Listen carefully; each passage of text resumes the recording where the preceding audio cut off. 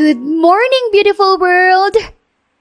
Isang umaga ay napakalakas na sigaw ng dalaga ang namutawi sa maliit na barangay ng Barrio Kasoy. Ang aga-aga, napakaingay mo na naman. Inaantok bang bati ni Ramon, ang ama ng dalagang si Celeste. Umangkla si Celeste sa braso ng ama. Siyempre naman tay, di ba sabi mo, kada bagong umaga, bagong saya. Dapat palagi nating sinasalubong ang umaga na may ngiti sa labi. Kahit wala kang almusal. Nanunukso ng tanong ni Ramon. Kahit walang almusal, tanghalian at hapunan pa yan. Pagmamalaki ni Celeste habang nakangisi. Mamatay tayo doon. Pinitik ng matanda ang kanyang ilong habang tumatawa. At hindi pwedeng magutom ang napakaganda kong anak. Kaya naman mag-aasikaso na si tatay para pumunta sa trabaho. Ipagtitimpla na kita ng kape, tay. Alok ni Celeste. Sasama ko sa inyo mangolekta ng kalakal ngayon. Sabado na kaya sigurado ko na marami ng timbak ang mga tao. Nako, bakit pahinga ka na lang dito sa bahay? At isang linggo ka nagtatrabaho sa karinderya ng tiyo Rosing mo. Saway ni Ramon sa nag-iisang anak. At tinanggap ang kapeng hinanda nito para sa kanya. Ngumiti si Celeste. Huwag kayong mag-alala, tay. Hindi naman ako pagod. Never ako napagod para sa atin. Kaya sasamahan kita sa trabaho ngayon. Celeste. Nananaway na usal ni Ramon. Bakit tatay? Ayaw niya bang isamang maganda niyong dalaga? Sigurado ko kapag nakita ko ni Kuya Luis, bibilhin na niya na lahat ng kalakal natin. Malakas ako dun eh. Natatawang tukoy ni Celeste sa lalaking namimili ng kanilang mga kalakal. Ang sabihin mo, may gusto ka mo sa'yo yun. Napailing si Ramon sa naiisip. Kaya nga ayaw kitang isama dahil tsumatsansing sa'yo ang kalbo na yon. Ayaw mo nun, tay. May silbi ang ganda ko sa pamumuhay natin. Tamo, kahit na malaki-laki na ang utang natin kay Luis, hindi tayo sinisingil dahil patay na patay sa akin. Mayabang na kumindat si Celeste habang pinipilit ang ama. Kaya sige na po, hayaan niyo na ako sumama at tulungan kayo. Isa pa, napapadalas ng pagsakit ng binti niyo. Hindi maaari na hayaan ko kayo magpidal, kaya ako nang gagawa nun.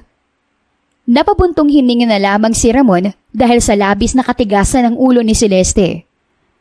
Sige, papayag na ako. Tila bata na nagsaya ang dalaga matapos marinig ang pagpayag ng ama. Nauna pa nga itong nagkasikaso at nang matapos ay nagmamadaling pumesto sa kanilang pedal, tanda na siya ang magmamaneho. Kalakal! Kalakal niyo, ilabas niyo na! Sigaw ni Celeste. Mahina naman siyang kinurot ni Ramon. Huwag ka na sumigaw ng ganyan. Para kang hindi babae. Napakanene mo naman ito, yo. Malamang sisigaw ako para ilabas na ng mga suki natin yung kalakal nila. Hindi ito ang oras para magpabebe. Kaya let me unleash my power. Pinalaki ni Celeste ang kanyang boses. Bagay na naging rason upang magsalubong ang dalawang kilay ni Ramon. Anong unleash my power pinagsasabi mo? Nagtatakang tanong ni Ramon sa kanyang anak. Ngumisi naman ang dalaga. Secret, basta tay. Mamimit mo ang babaeng kamukha ni Darna, pero mas maingay. Napabuntong hininga si Ramon at pinektusan ng anak. Puro kakalokohan. Paano na lang talaga kita iiwan kung ganyan ka ubasta? Daig mo pang lalaki. Tanging pagtawa ang naging sagot ni Celeste. Muli ay bumalik siya sa kanyang pagsigaw hanggang sa paunti-unti ay nakakapagsimula na silang makakuha ng kalakal. Marami na lang to, no, tay? Sabi sa iyo malakas ang kalakal ngayon. Sigurado medyo malaking benta natin. Lalo na marami-rami ang nakuha nating bakal at bote. Tinimbang ni Celeste ang kanilang mga nakuha. Oo, aabot na yan hanggang hapunan natin. Tugon ng kanyang ama habang nagpupunas ng pawis. Nakakapagod na ka. Masyado pang mainit ang panahon. Mabuti pa, ihatid na natin yung mga ayan kay Luis para makabili na rin tayo ng makakain. Habilin ni Ramon at sumakay sa kanilang pedal. Palihim namang napatitig si Celeste sa kanyang ama. Nagtaka ang dalaga matapos makita ang pamumutla nito at ang hingal. Ayos ka lang ba, tay? Nag-aalalang tanong ni Celeste. Tumango ang kanyang ama at muli ay nag-aya na. Wala nang nagawa ang dalaga kundi sumunod at ihatid na lamang lahat ng kanilang kalakal sa junk shop ni Luis. 150 lahat. Saad ng kalbong lalaki. Ano? Bulalas ni Ramon. Anong 150 lang, Luis? Napakarami niyan. Tinimbang din namin ni Celeste lahat. At sigurado naman ako na lagpas lahat ng ito para sa 150 lang. Ano magagawa ko, Tatay Ramon? Ito lang ang inabot sa kiluhan ko eh. Ako naman ang malulugi kung tataasan ko. Pandarayan ni Luis sa mag-ama. Nagkatingin na naman si Ramon at Celeste na animoy nag-uusap ng mata sa mata. Luis, panatag na tawag ni Celeste at marahang lumapit sa lalaki. Hindi naman kakasya sa amin ng 150 lang. Kumakain din naman kami. May pangangailangan. Sa tingin mo, saan naabot ang 150 sa amin ni tatay? Pinalamlam ni Celeste ang kanyang mga mata. Celeste, my loves, wag mo na akong tingnan ng ganyan. Nangihina ako eh. Bigay ni Luisa. 150 lang talagang inabot ng kiluhan. Pero sige, dahil mahal na mahal kita, tataasan ko sa 300 ang bigay sa inyo. Basta may kapalit ah. Makipag-date ka sa akin bukas after ng misa. Ngumiti si Celeste at kinuha ang 300 pesos na binibigay ni Luisa. Kapansin-pansin naman na kinikilig ang lalaki kaya nagpaubaya na ito. Bukas, nakangiting tanong ni Celeste. Excited na tumango si Luisa. Nek-nek mo, kami pang dadayain mo. Tataas-taasan eh, 300 lang naman talaga dapat ang porsyento namin ni tatay. Ikaw napaka-indyano mo eh. Gawin kitang kwek-kwek dyan eh. Tabi nga, asim nito. Tuloy ang nakuha ni Celeste ang pera. Inabot niya ito sa kanyang ama na si Ramon bago nagpedal palayo. Sira ulo talaga ang kalbong yun kahit kailan. Pikon na usal ni Ramon nang makauwi sila. Hayaan mo na siya, tay. Mahalaga, hindi na tayo nagansyo. Iisahan pa tayo eh. Gatong ng dalaga habang naghahain ang makakain nilang mag-ama sa lamesa. Mabuti na lang may naabutan pa tayong almusal.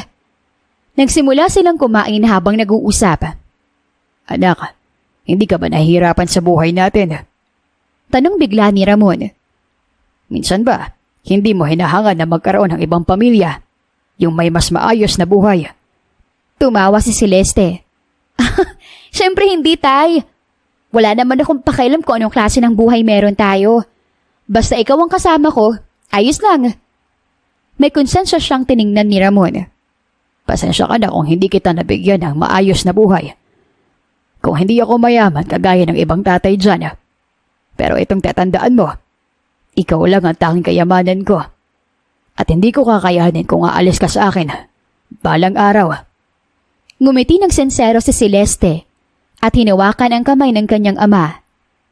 Ikaw lang din ang kayamanan ko, tay. Kaya wag ka na mag-alala sa akin.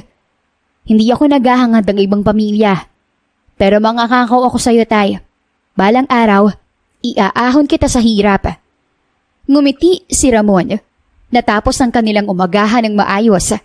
Si Celeste na ang nag-asikaso sa mga hugasin at roon sa maliit nilang kusina iyon tinapos. Tay, anong gusto niyong ulam sa tanghalian? Para mamalayan ka na ako mamay... Tay! Subalit hindi natapos ang sasabihin ng dalaga matapos niyang maabutan sa labas ng kanilang bahay ang walang malay na si Ramon. Tay, ano nangyari? Ilang uga ang kanyang ginawa, subalit hindi talaga nagbabalik ang urat ng kanyang ama. Pangyayari na labis kinatakot ni Celeste at nagpa siyang dalhin agad sa ospital ang lalaki. Kamusta pong tatay ko? Tanong ni Celeste sa doktor. Malungkot na tingin ang namutawi sa nakaputing lalaki. I'm sorry to tell this, Iha, pero may stage 2 colon cancer ang tatay mo. Yun ang dahilan kaya siya nanghina at nawala ng malay. Hindi nagawang maintindihan agad ni Celeste ang narinig. Ano bang meron sa colon cancer? Naiiyak niyang tanong. Isa itong cancer na namamalagi sa tiyan ng tao. Pinupunteriya na sakit na ito ang mga reproductive system ng isang tao. Kaya higit na mas mabilis silang manghina. Anya, masama po ba yun, Dok?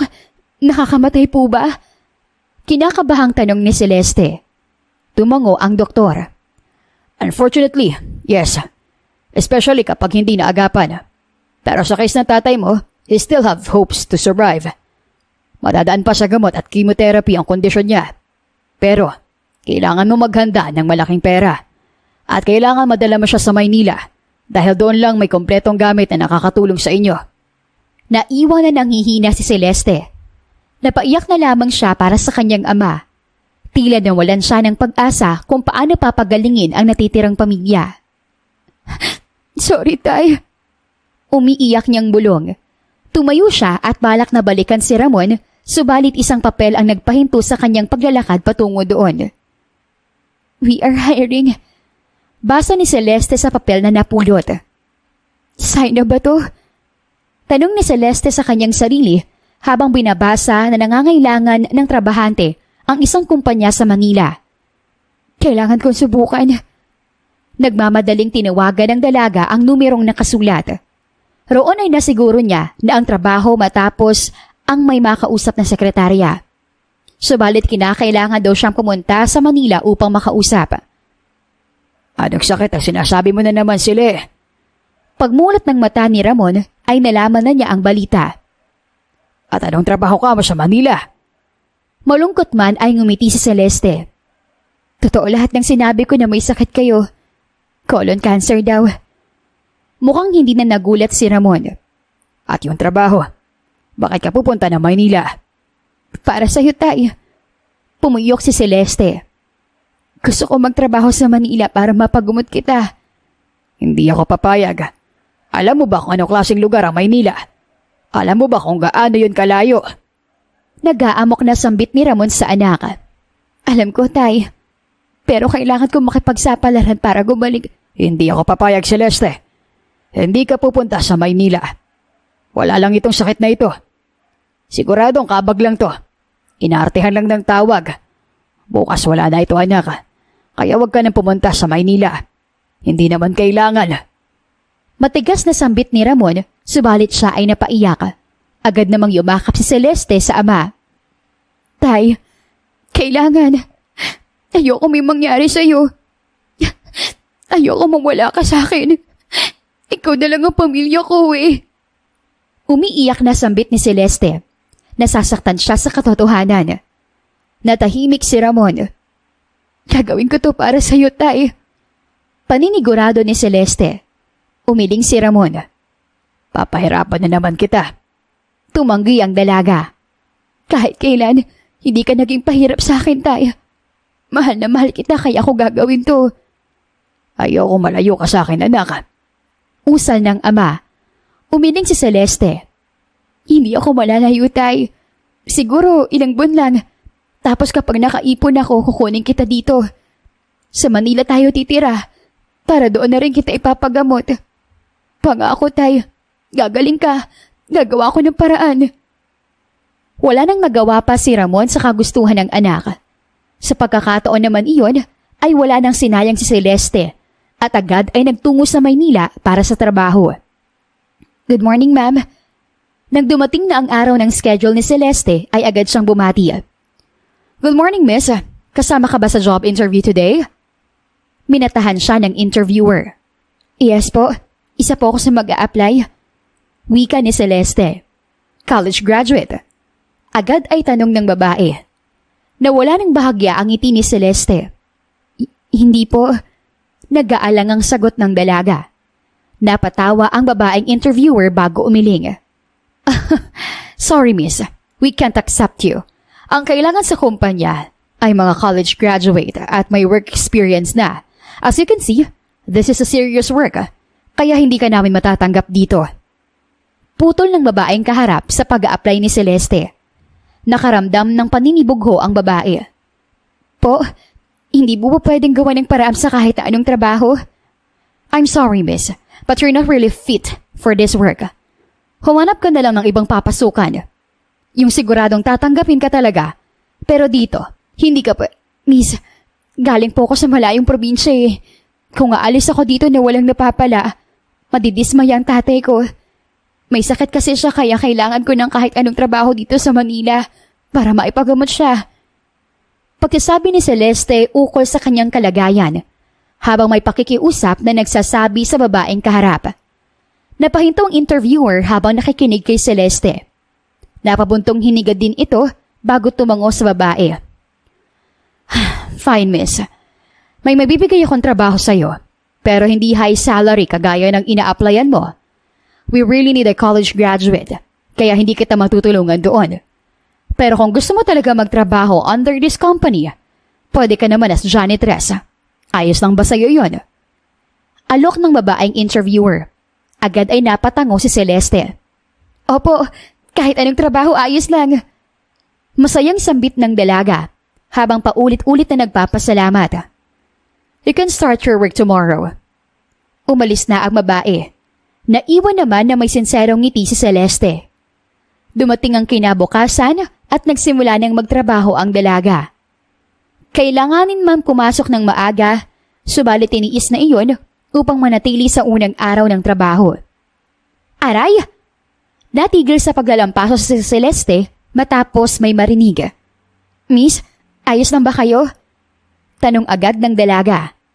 Ano ba naman yan, ate? Lampasuhin mo naman ang maayos yung sahig. Ang dulas pa eh.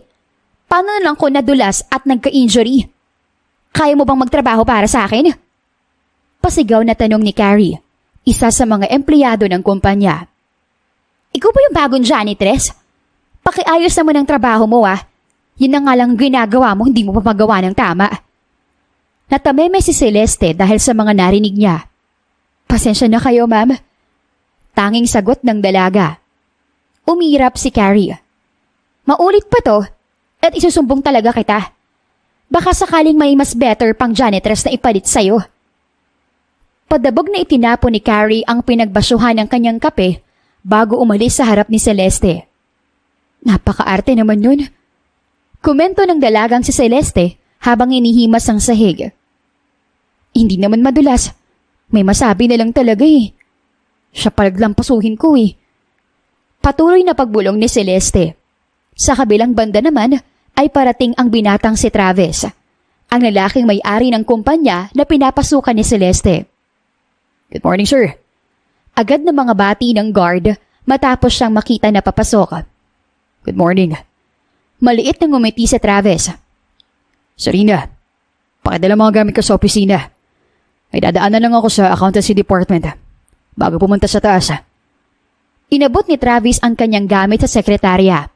Makapangyarihan siyang naglakad palayo at bawat madadaanan niya na tao ay umiiwas.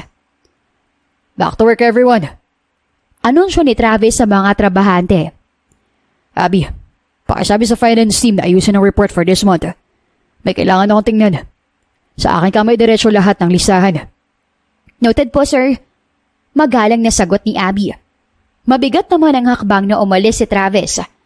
At habang naglalakad siya sa hallway ng kumpanya, ay may natanaw siyang babae. Nakaupo ito at umiinom ng tubig. Who is she? Kuryosong tanong ni Travis. Tiningnan ng kanyang sekretarya kung sino ang tinutukoy ng amo. Sa pagkakaalam ko po, siya po yung bagong janitress dyan. Nag-apply for departure work kaso hindi qualified eh. Kumunot ang noo ni Travis. What's her name? Let me check po, sir. Kinuha ni Sarina ang mga files. Celeste Dizon po, sir. Napatango si Travis matapos malaman ang pangalan ng dalaga. Napatitig din siya dito matapos mapansin ang nagliliwanag at nangingibabaw na wangis ni Celeste. Sige, iwan mo na muna ako, Sarina. Muling utos ni Travis bago pinalayo ang babaeng kausap. Matapos nun, ay marahan siyang lumakad palapit kay Celeste. Nakakainis ang mga tao dito. Napakasungit. Bawal bang maging mabait at palangiti sa kumpanyang to? Rinig ni Travis na tanong ng dalagang nagmamap muli. Sa palagay ko, hindi naman, miss. Napatalon si Celeste matapos marinig ang boses ni Travis. Kanina pa po kayo nandyan? Gulat na tanong ng dalaga. Narinig niyo po ba lahat ng pag-iinarte ko? Tumaas ang kilay ni Travis. Di naman gaano. Buti na lang. Bulong ni Celeste. Pero yung hili mong sinabi, narinig ko. Sa palagay ko, pwede naman maging mabait sa kumpanya na to. Dito din naman ako nagtatrabaho pero hindi ako masungit. Maliit na ngumiti si Travis habang sinasabi iyon kay Celeste. Mukha nga po. Naiilang na sagot ni Celeste. Pasensya na, sir ah. Sana hindi niyo ma-misinterpret yung mga narinig niyo kanina. Ano lang kasi, may mga ilan lang ako na-encounter na ang aga-aga nagagalit. Parang ang init ng mga ulo. Inaaway ka ba nila? Malambot na tanong ni Travis. Tumawa si Celeste. Nako hindi sir. Ano, mga bata lang para mag-away. Normal lang naman po siguro yun. Baka pagod lang sila o puyat. Kahit ako naman puyat eh. Mainit ang ulo sa umaga. Kapag may napansin nakakairita. Tuloy-tuloy na pagsasalita ni Celeste. Tumawa naman si Travis bago siya tinitigan. How about you? Mukhang maaga pa lang nandito ka na. Ito bang unang araw mo sa trabaho? Ani Travis. Tumango si Celeste bago gumiti. Opo sir. Don't work so hard. Mapapagod ka kagad yan. I suggest na kung maglilinis ka, dapat yung wala masyadong tao. Kasi babalik-balikan lang nila yung nilampasa mo. Hinawakan ni Travis ang mop na hawak ni Celeste. And this is too heavy for you. Mabilis ka mapapagod riyan. Hindi naman sir. Sanay na ako sa ganito kaya hindi ko na iniinda ano man ang hawak ko. O makailang lampaso man ako sa floor na to. At saka bawal ang tamad. Baka mapagalitan. Pabulong na wika ni Celeste at tumawa. Napatawa din si Travis bago binalikan ang mop sa dalagang kausap. Bakit pinili mo maging janitress?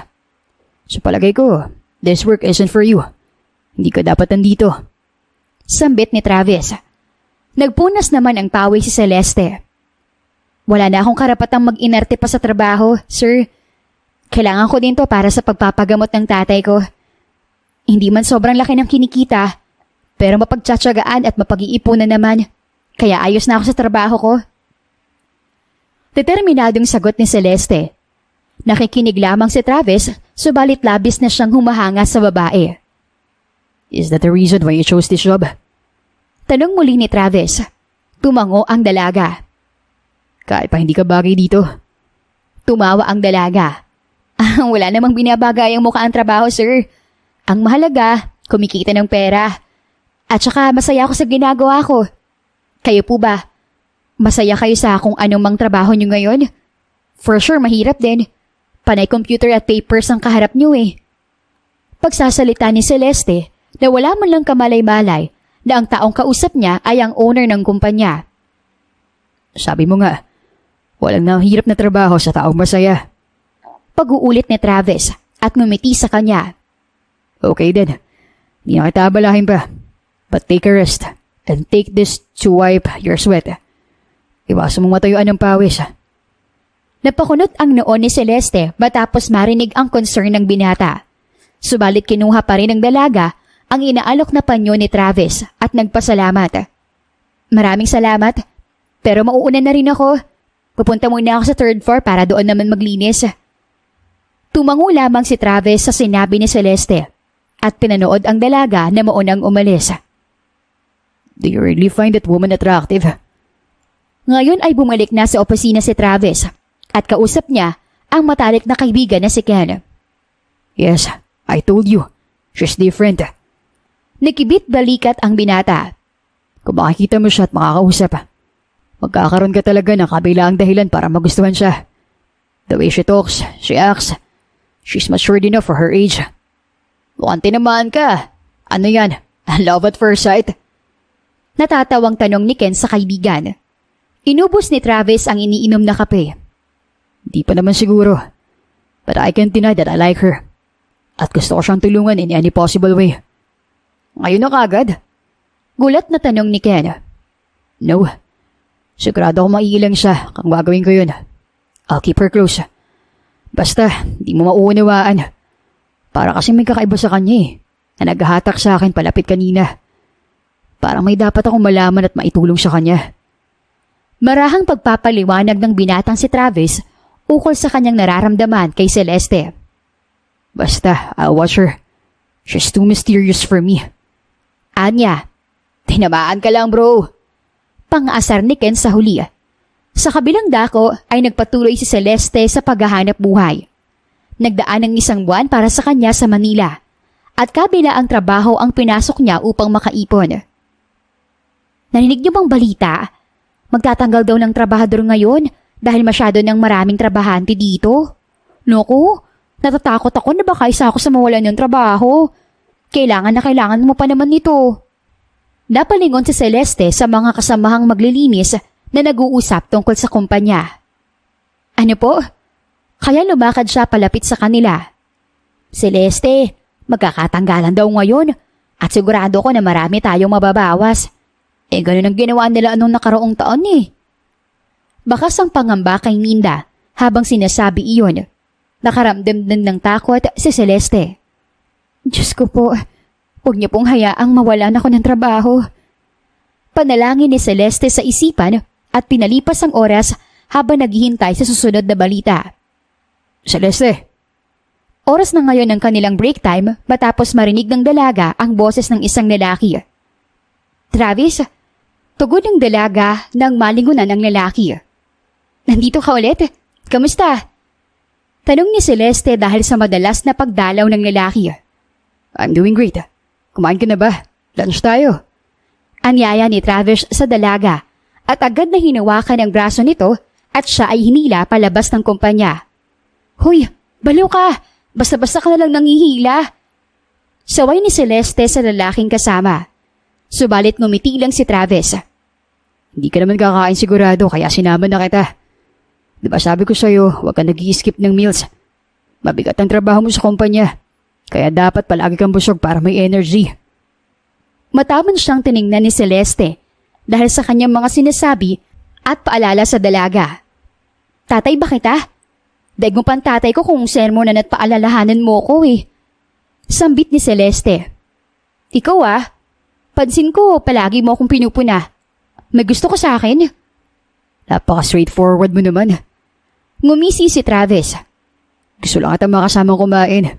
Is that bad? Isa pa, I thought we're friends. This is what friends do. Natawa na lamang si Celeste sa kanyang narinig. Sige, papayag ako sumama sa'yo na kumain. Pero, ako mamimili ng pagkakainan natin. Ayos lang ba sa'yo? Nakangiting tumango si Travis. O sige, sure.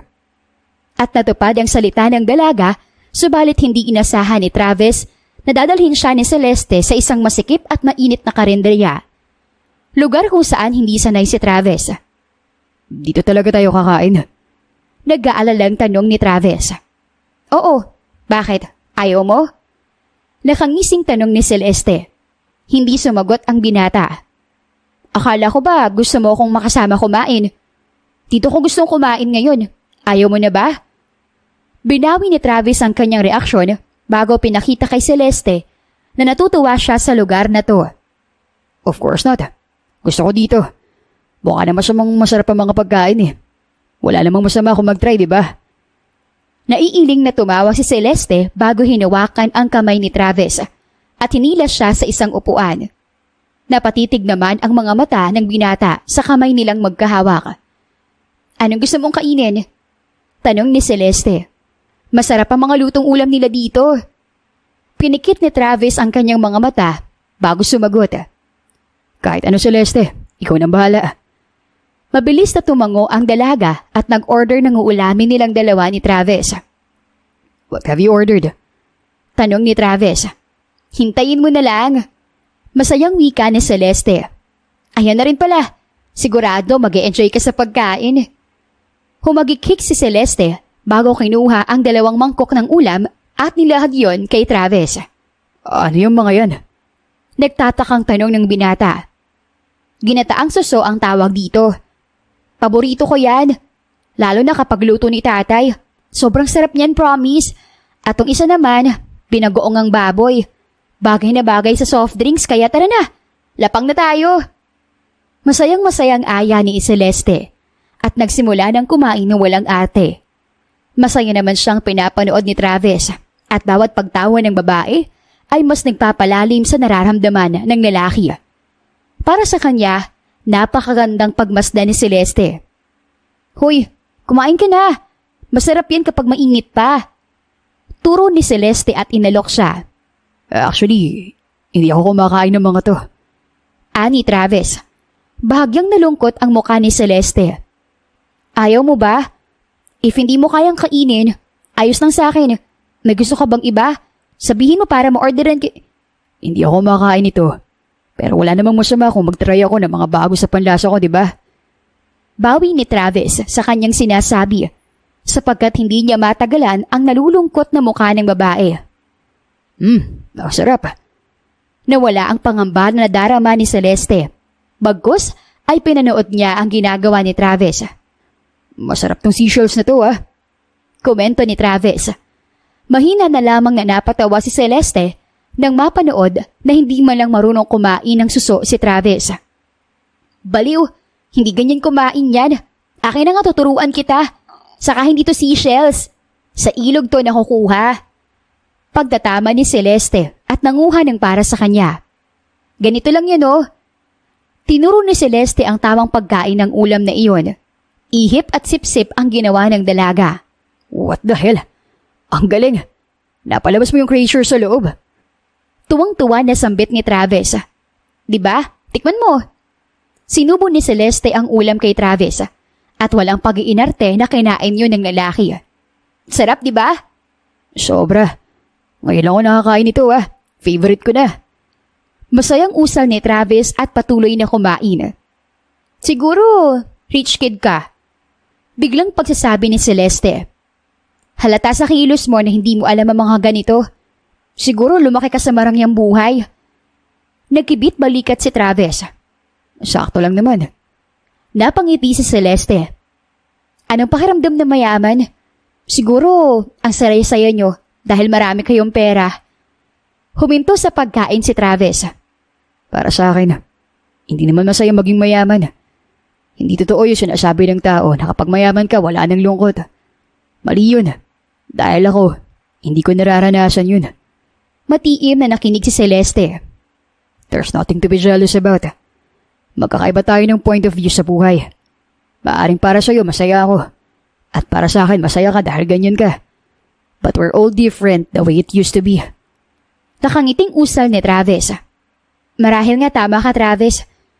Pero sa mga kagaya kong lumaki sa hirap, mahalaga sa amin magkaroon ng pera.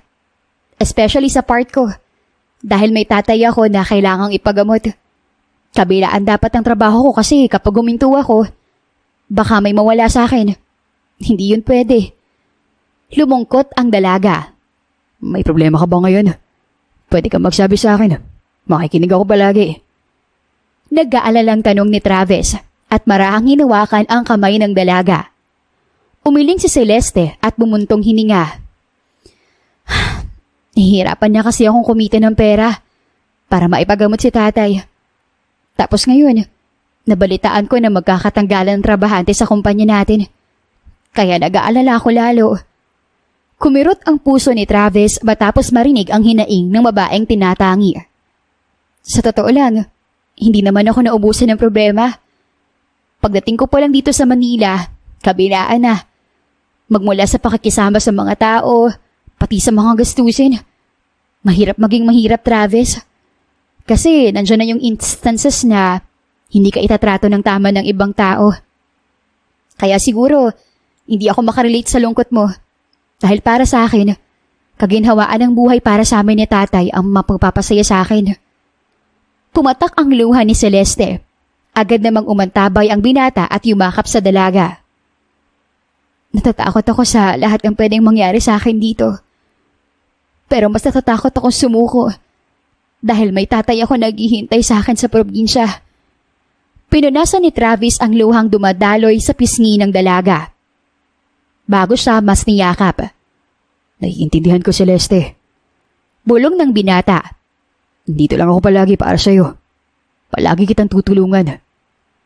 Napatitig sa kanya si Celeste matapos iyong marinig. May kung anong kuryente na dumaloy sa katawan ng dalaga habang napapagtanto ang nakayakap na katawan at salita ni Travis para sa kanya. Travis, nagsisilakbo na tawag ni Celeste. Hinawakan ng lalaki ang kanyang muka at ngumiti. Basta, humingi ka ng tulong sa akin. Palagi kitang pupuntahan. Hindi mo kailangang harapin mag-isa. Meron kang ako. Magmula ngayon, palagi ka nang may kasama sa bawat problema mo. Kaya wag na wag mo susuluhin yung nararamdaman mo, okay? Assurance ni Travis at marahang inalikan ang noo ni Celeste. Napapikit na lamang ang dalaga bago tumango at pinakalma ang sarili. Matapos ng tanghalian ay magkasamang bumalik si Celeste at Travis sa kumpanya at ang pagbalik na yun ng dalaga ang naging rason sa galit ng mga kasama. Bakit palagi kayo bang kasama ni Travis? Tanong ng babaeng manager kay Celeste. Nilalandi mo ba siya? Ano? Gulat na tanong ni Celeste kay Carrie. Napapansin kasi namin na palagi kayong magkasama. May relasyon ba kayong dalawa? Kilala mo ba kung sino at anong klase ng lalaki ang kinakalantari mo? Galit na tanong ni Carrie. Sumang-ayon ng ibang trabahante. Wala akong ginagawang masama kay Travis. Mariing usal ni Celeste. Magkaibigan lang kami. Tumawa ang mga kausap. Very comfortable ka sa kanya, no? At kung tawagin mo siya, pangalan na lang. Napakataas naman ang tingin mo sa sarili mo. Sambit ng isang empleyado na kausap habang kinukutsa siya. Alam mo naman siguro na janitress ka lang dito. Huwag mo nang subukang akitin si Travis para lang maisalba ka sa kahirapan mo sa buhay. Panglalait ni Carrie. Bagay na kainainis lalo ni Celeste. Alam mo, napaka-judgmental ninyo. Nakita nyo lang magkasama kami ng tao. Ginagawa nyo na agad ng issue. Napakadumi ng mga utak nyo. Mas marumi pa sa tubig na nalalampaso ko. Isa pa, napakataas ng tingin nyo sa sarili nyo. Porque mas nakakalamang kayo sa akin sa buhay. Galit na wika ni Celeste at binagsak ang mop na hawak. Kayo sumusobra na kayo eh. Ilang libo lang naman ang taas ng sahod nyo. Pero kung umasta kayo, daig nyo pang may-ari ng kumpanya kung magsalita. Nakakairita kayo. Sambit ni Celeste na kinagalit lalo ng mga taong kausap. Ang lakas ng loob mong pagsalitaan ako ng ganyan. Baka nakakalimutan mo. Isa ako sa mga manager dito. Banta ni Carrie. Siguro, dapat maputol na yung kayabangan mo. From now, you're fired. Kaya umalis ka na dito. Ngumisi si Celeste. Huwag kang mag-alala. Aalis ako. Walang aalis. Isang salita ng lalaki ang pumutol sa mainit na usapan. Roon ay dumating si Travis na may seryosong muka. What's happening here? Malamig na tanong ng binata. Sir Travis, tawag ng mga tauhan. The janitor is causing trouble here. Kaya naman napagpasyahan namin na tanggalin na siya dito. Bago pa siya makapinsala. Who gave you permission to fire her? Tanong ni Travis. What? Sir? Tanong ni Carrie. But we're removing extra employees at isa siya sa napagplanuhan ng board. Pumayag na ba ako? Sambit ni Travis. Anong karapatan niyo magpaalis ng mga tao sa kumpanya ko? Gulat na napatingin si Celeste sa binatang si Travis matapos marinig na ito pala ang may-ari ng buong kumpanya. But sir... Ako may-ari ng kumpanyang ito. Ako ang nagpapasahod sa inyo. Kaya ako ang magdedesisyon kung sino papasok at mawawala sa kumpanya ko. Pagalit na wika ni Travis. At sa susunod na mangyayari to, lalo na't kay Celeste ninyo muli gagawin. I'll be sorry for you, Miss Samuel. But I will be the one kicking you out of here. Nandito kayo para magtrabaho sa akin, hindi para manghusga. Mariin na usal ni Travis at agad na hinawakan ang kamay ng dalaga bago siya hinila papasok sa elevator at dinala sa opisina. Travis, gulat pa rin natawag ni Celeste. Are you okay? Tell me, may ginawa ba sila sa'yo? Sabihin mo lang sa akin at gagamitin natin yung rason to kick them out. Sambit ni Travis habang nag-aalala sa babae. Ayos lang ako. Sagot ni Celeste. Pero, paano mo nalaman ang nangyayari? Bumuntong hininga si Travis. Sinabi sa akin ni Serena.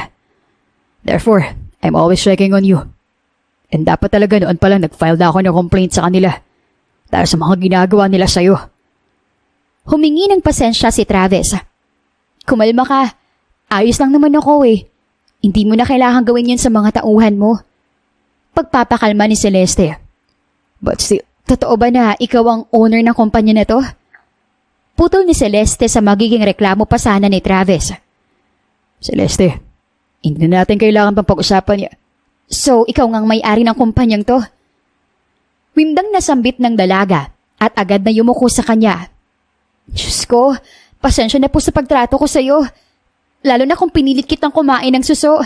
Kaya naman pala hindi mo alam kasi mayaman ka pala talaga. Pasensya na talaga ha. Kunin mong buhay ko bilang kapalit sa pagpapakain ko ng kuhol. Umangat ang labi ni Travis matapos marinig ang sinabi ng babaeng kausap. Ano bang pinagsasabi mo? Naiiyak siyang tiningnan ni Celeste. Ang pangit kaya na naging trato ko sa'yo. Ginawa kitang parang simpleng kaibigan ko lang tapos ikaw palang boss ko. Pasensya ka na talaga. Yuyuko na sana si Celeste subalit hinila siya ni Travis. Ano ba? Hindi mo kailangan gawin sa akin yan. Hindi kita basta empleyado lang. You're special to me. Celeste. So there's no point of treating me almighty. Pamimilit ni Travis habang kinakalma ang nag-i-hysterical na dalaga. Pero boss kita. Ani ng dalaga. I know.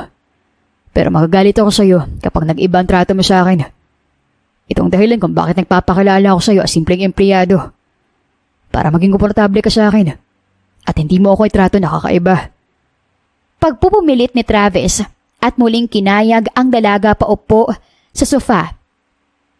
Okay, kalmado na ako. Sambit ni Celeste bago muling tiningnan ang mukha ng lalaki. Nagulat talaga ako sa pagkatao mo. Pero ano bang rason bakit tinago mo lahat sa akin? At bakit pa palagi mo na lang akong sinasamahan at tinutulungan sa mga ginagawa ko? Ngumiti si Travis sa tanong ng dalaga. Like what I said earlier, tinago kong pagkatao ko para hindi mo ko tratuhin ng kakaiba. I want you to be comfortable around me without seeing me as someone higher than you. Gusto ko maramdaman mo na parehas lang tayo. At pwede mo akong lapitan.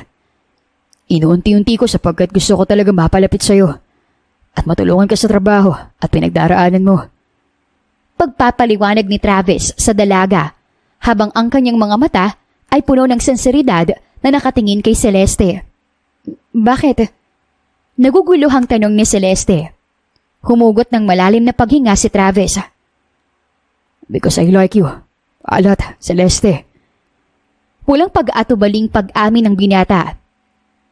And now, I love you. May kung ano sa akin na gusto kong mapalaging mapalapit sa'yo. May kung ano sa akin na gusto kong tulungan makaahon ka. Na gusto kong samahan sa mga pinagdaraanan mo. Napaawang ang labi ni Celeste sa kanyang nalaman. Hindi siya makapaniwala na ang boss niya ay may gusto sa kanya.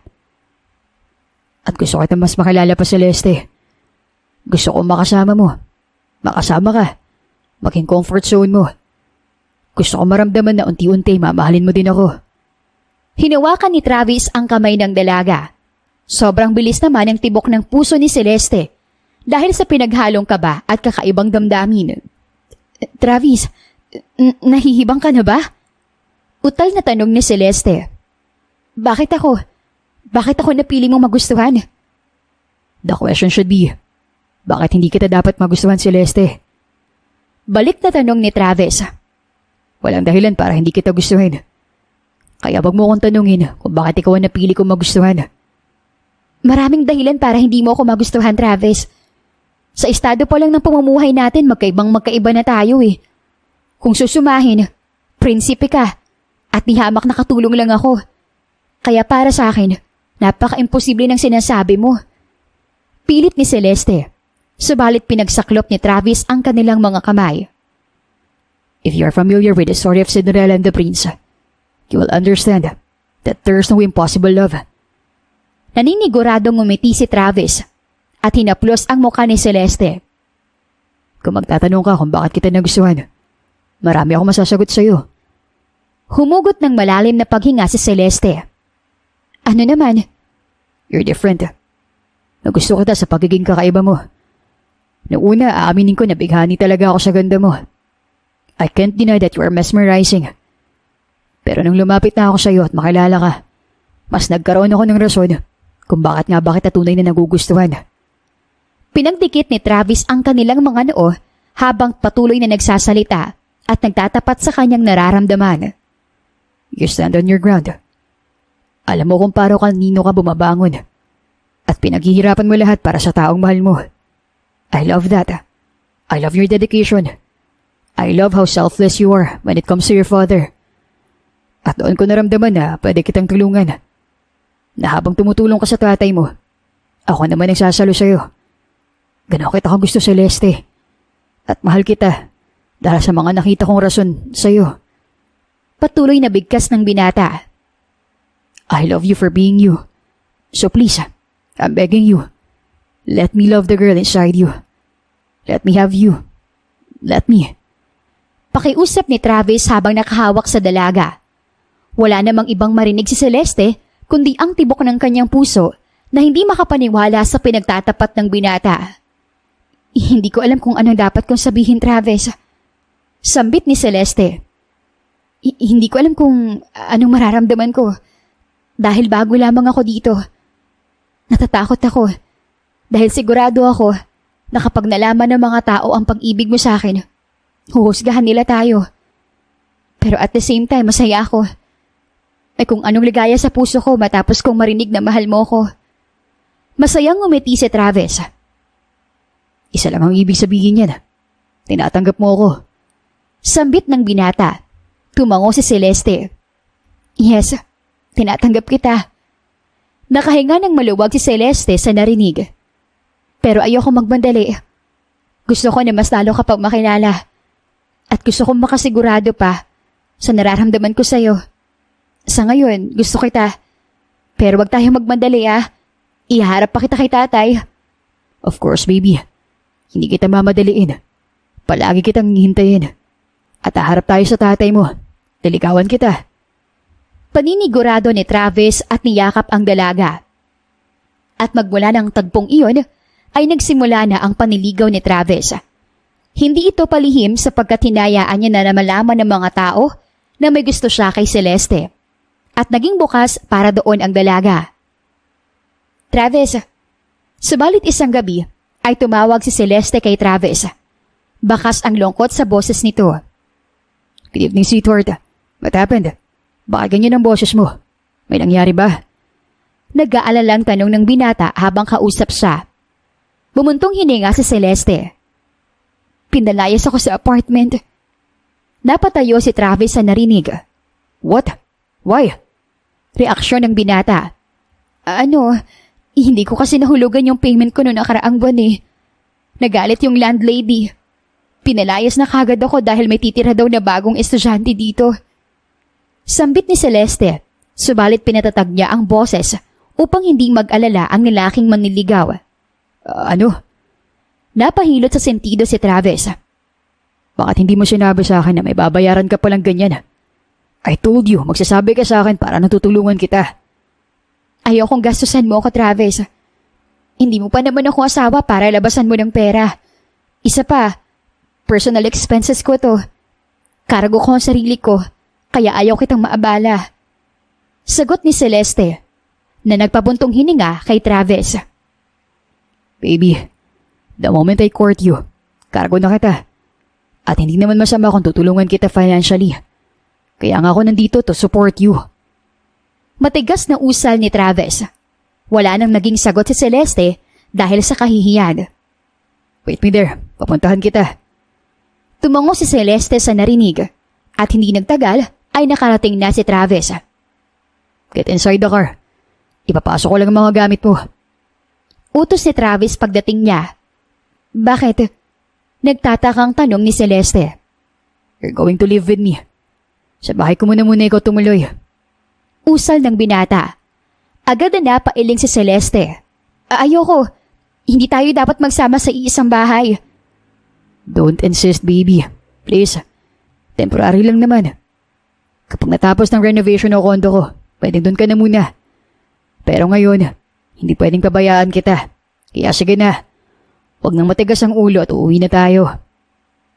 Wala nang nagawa si Celeste nang papasukin siya ni Travis. Agaran din silang umalis sa maliit na eskinita bago nagtungo sa malamansyon na bahay ni Travis. Baby, nagpaayos na ako ng kwarto.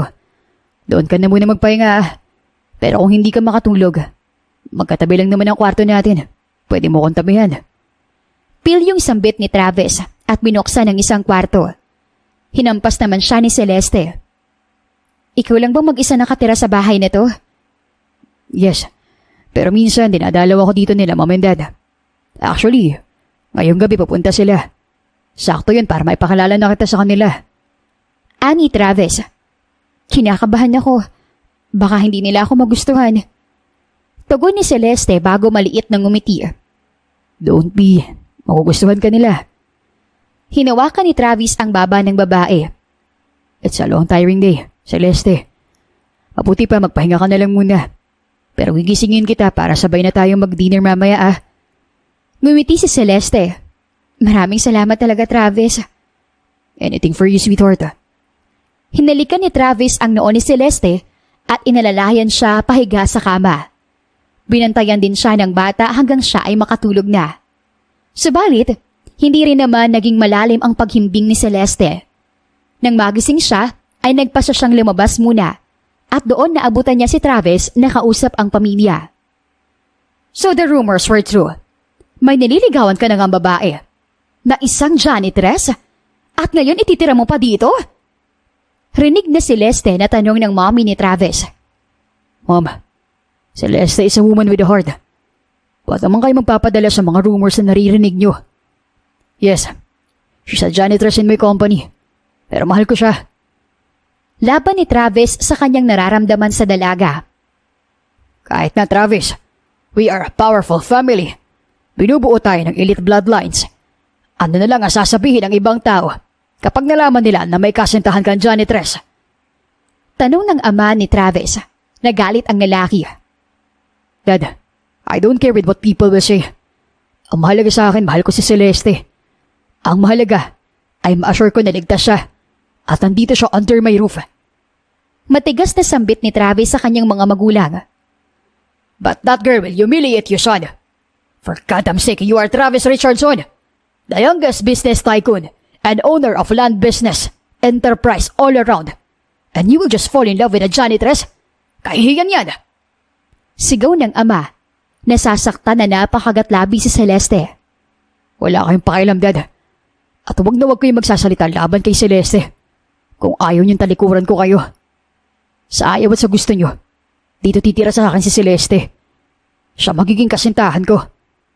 Banta ni Travis. Pumatak ang luha ni Celeste dahil sa narinig. Don't you dare, Travis. Hindi ako makakapayag na titira dito ang babaeng yan. At magkasama kayo. Show some grace. Hindi kita ganyan pinalaki. At subukan mong suwayin ako. Ipapa-blacklist kita sa pamilya natin. Galit na wika ng ama ni Travis bago siya iniwan. Ginulo naman ni Travis ang kanyang buhok at pagtalikod niya ay doon nagsalubong ang lumuluhang si Celeste. Sabi ko sa'yo hindi tayo pwede. Ngumiti ang dalaga. Celeste. Tawag ni Travis at lumapit sa kanya. Don't mind them. Ang mahalaga magkasama tayo. Ilalaban kita. Nagagalit lang sila sa una. Pero papayag din sila. Lumayo ang dalaga. Aalis na ako dito, Travis. Tama naman ang mga magulang mo eh. Hindi tayo dapat magsasama sa iisang bubong dahil pangit na gawain yun. Celeste, wala kang pupuntahan. Sambit ni Travis. Umiling ang dalaga. I can take care of myself. No, di ako papayag. Dito ka lang. Akong bahala. Hindi ako papayag na suwahin mo ang mga magulang mo para sa akin, Travis. Kaya hayaan mo na akong umalis. Hindi mo ako girlfriend. Kaya pwede akong umalis nang walang pahintulot mo.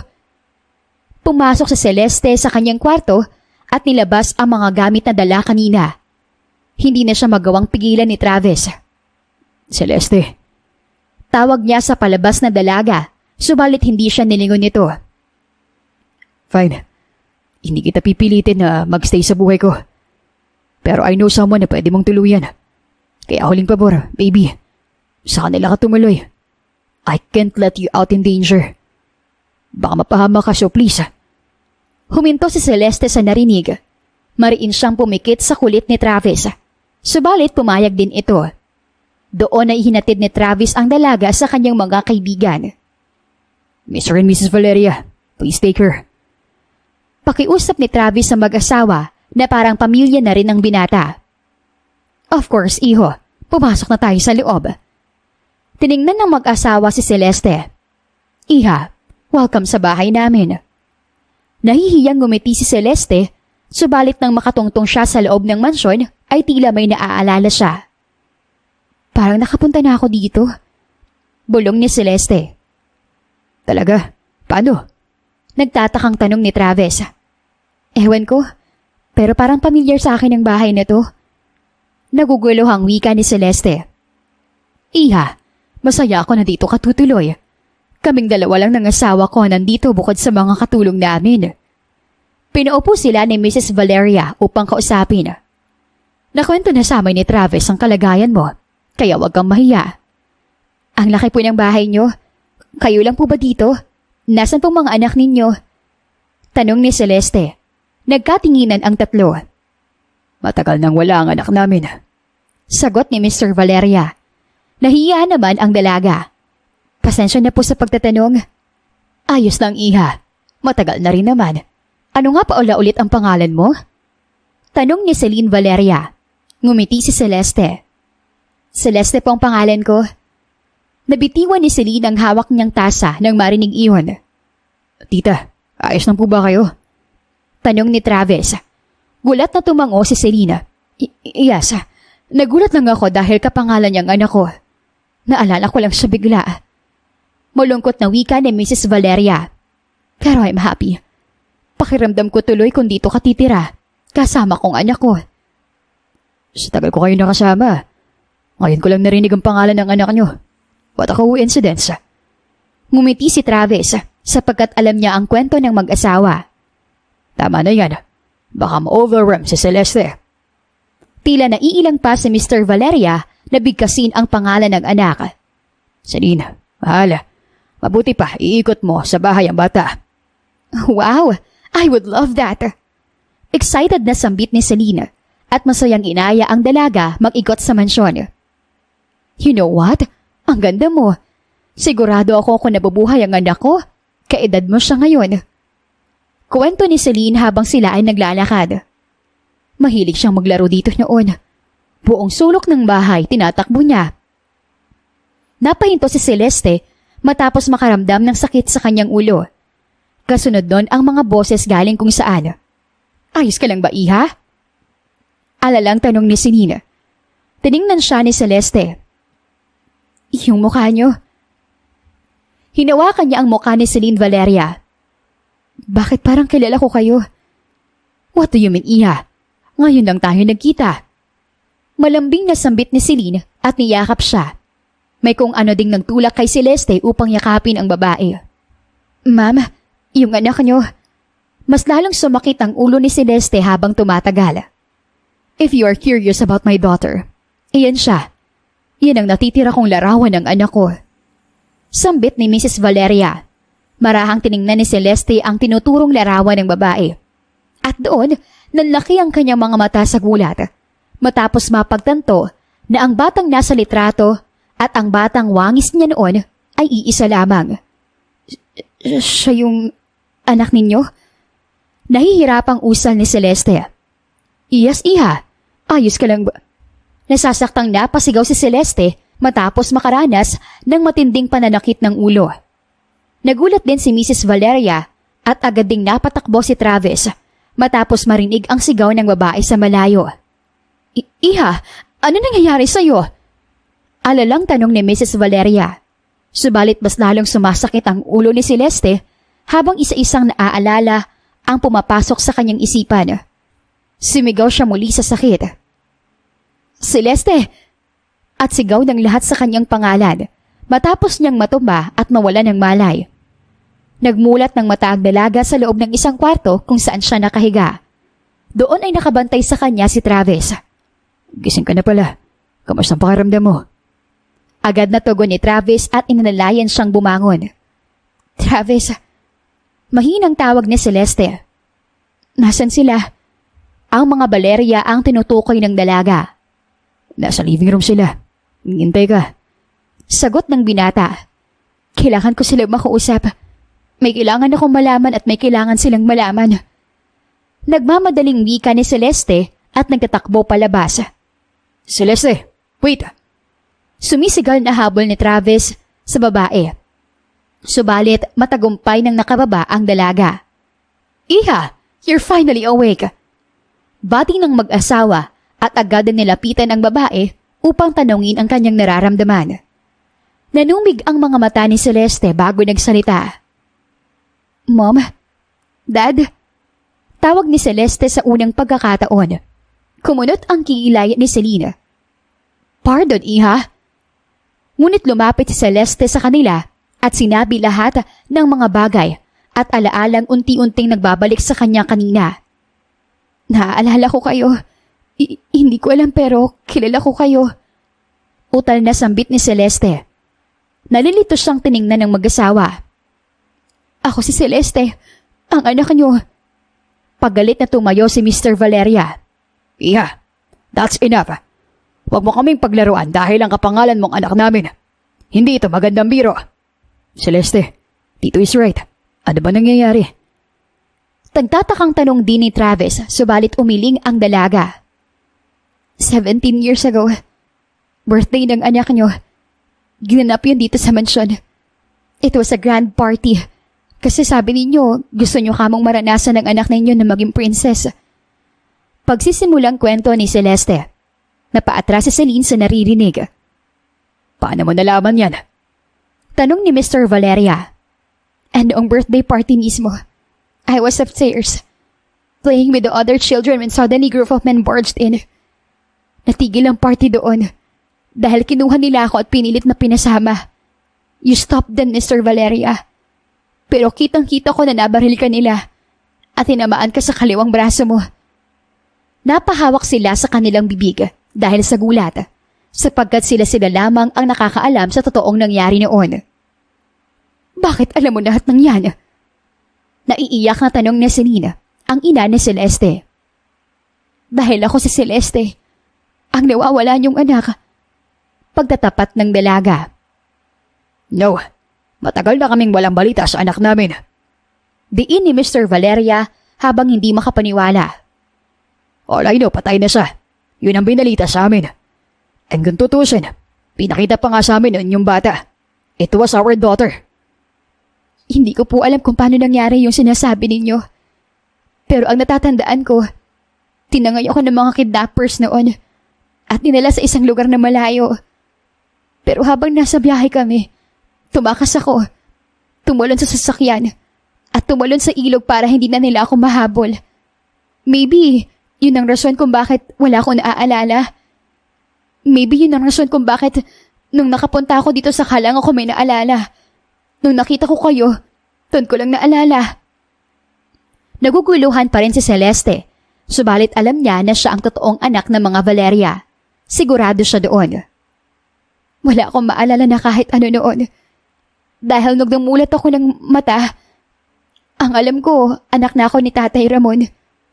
Pero ito, tingnan mo Mrs. Valeria. Simula bata pa ako nasa akin ang kwintas na to. Pinakita ni Celeste ang kwintas na gawa sa pilak kung saan nakaukit ang kanyang pangalan. Sa anak ko nga to. Bumagsak ang luha ni Selena. Alam ko na sa anak natin to, Richard. Dahil ako mismo ang nagregalo sa kanya noong birthday niya. It was a customized necklace. Nag-iisa lang yun kaya I'm sure. Bumagsak ang luha ni Celeste. Was it really you, Celeste? Tanong ng mag-asawa. Hindi makapaniwala subalit nilapitan ang dalaga. Si Tatay, siya ang makakapagpatunay sa lahat. Sa ngayon naguguluhan din ako eh. Pero si Tatay ang makakapagsabi ng katotohanan. Kaya please, tawagan po natin siya. Pakiusap ni Celeste. Nagmamadaling tumango ang mag-asawa bago tinawagan ang tatay ni Celeste sa probinsya. Patawarin mo ako, anak. Yun ang unang sinabi ni Ramon matapos siyang tanungin ni Celeste at ng mga Valeria. Hindi talaga ako ang tatay ni Celeste. Nahanap ko lang siya doon sa tabing ilog. Tapos na umagising siya, ay wala siyang maalala, kaya kinupkup ko na lang ang bata. Nagpakilala ako bilang kanyang ama. At dahil napamahal na ako sa bata, hindi ko nagawang sabihin ang katotohanan, kaya ako may kasalanan ng lahat. Patawarin niyo po ako. Patawarin mo ko, anak, kung hindi na kita naisauli kaagad. Sadyang napamahalang talaga ako. At sa ginawang pag-amin ni Ramon ay lumabas lahat ng katotohanan. Gulat at lumuluhang hinarap ng mag-asawang Valeria si Celeste. Matapos malaman ng lahat. Ikaw nga ang anak ko. Umiiyak na usal ng ina. Tumango si Celeste bago sila niyakap. I'm sorry, Mom. Dumalo din si Mr. Valeria habang naluha. Ang tagal kong inasam na makapiling ka ulit, anak. At hindi ko inaasahan na aksidente pa tayo magkikita ulit. Pinunasan ni Celeste ang luha sa mga magulang. Nandito na po ulit ako. Mabubuo ng pamilya ko. Ako, si Mommy, si Daddy, si Tatay. And it's all because of Travis. Nagpasalamat ang mag-asawa sa binata. Ngunit maging si Travis ay hindi makapaniwala na si Celeste, ang babaeng naging trabahante niya sa kumpanya, ang heredera ng napakayamang mag-asawa na Valeria. Hindi pa rin talaga ako makapaniwala na ikaw ang nawawalang anak nila, tita. Matagal ko silang nakasama. At ako ang saksi kung gaano sila bumagsak dahil buong akala naming lahat ay patay ka na. Lalo na yun ang sinabi na sa amin ng mga kumidnap sa'yo. Sambit ni Travis ng isang araw ay muli silang magkita matapos mangyari ang revelasyon. Napangiti si Celeste. Maski ako nagulat eh.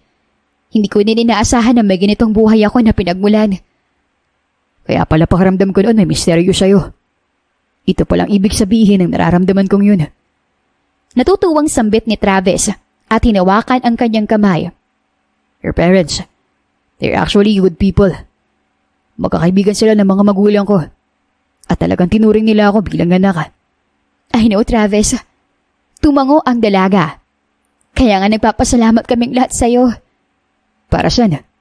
Tanong ng binata. Humigpit ang hawak ni Celeste sa kamay ng lalaki. Dahil ikaw ang rason kung bakit nakita-kita ulit kami ng pamilya ko. Kung hindi mo ako nilapitan noon, kung hindi mo ako paulit-ulit na tinulungan, hindi tayo magiging malapit. At dahil sa mga pagtulong mo sa akin, nadala mo ako pabalik sa mga totoo kong mga magulang. Kaya ikaw ang rason sa lahat ng to. Celeste, ginawa ko lang naman ang alam kong tama. Pero sa huli, ikaw pa rin naman ang dahilan kung bakit nagkita-kita tayo ulit. Dahil pinili mo rin hanapin ang sarili mo. Kung tutusin, wala din naman akong alam eh. Nagulat lang din ako sa mga nalaman ko. Kaya kung sakali man nga na nakatulong ako sa inyo, ng pamilya mo, eh masaya ako. Sinserong wika ni Travis habang matiim na nakikipag-usap sa dalaga. Sila lang ang magkasama ngayon sapagkat nais nilang pag-usapan ang mga nangyari nung nakaraan. Bakit mo ko naisipang dalhin sa mga Valeria? Tanong ni Celeste. Dahil yun ang pinaka-safe na place na alam ko para sa'yo. Open sila sa lahat ng nangangailangan. Kaya naisip ko na doon ka muna. Dahil personally kilala ko sila. And I know that they will take good care of you for me. Sambit ni Travis sa katotohanan habang nakikipag-usap sa babae. Mabuti rin pala na umalis ako sa inyo ng gabing yun. Kasi ito pala talaga dapat mangyari.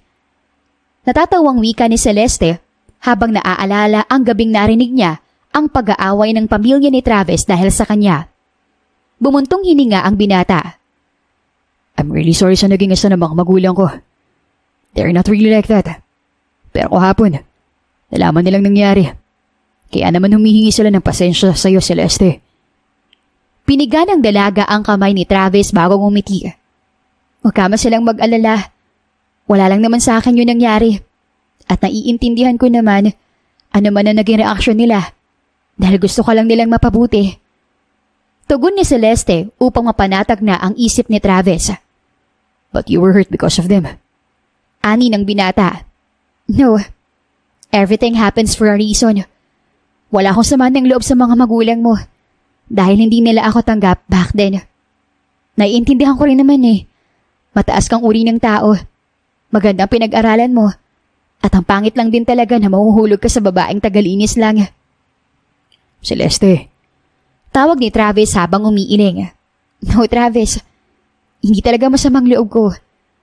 Puro kaligayahan ang nararamdaman ko ngayon dahil sa mga nangyari. Nasaktan man ako that time. Pero yun naman yung naging rason para mahanap ko ang totoong ako. Hinaplos ni Celeste ang mukha ng binata. Kaya sabihin mo sa mga magulang mo na ayos lang sa akin lahat. Masaya ako.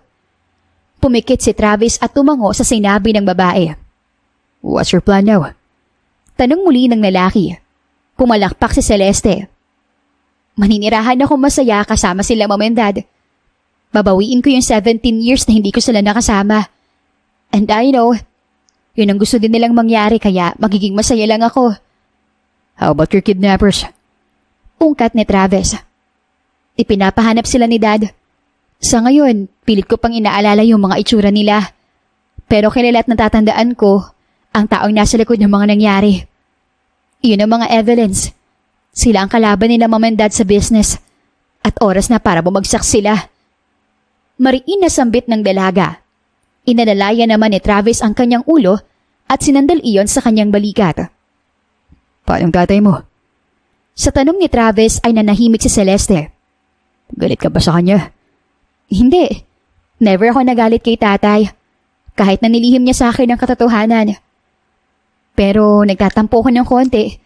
Dahil buong akala ko, siya na lang ang magulang na meron ako. Pero pinatawad ko na siya. Marami naging sakripisyo sa akin si tatay noon.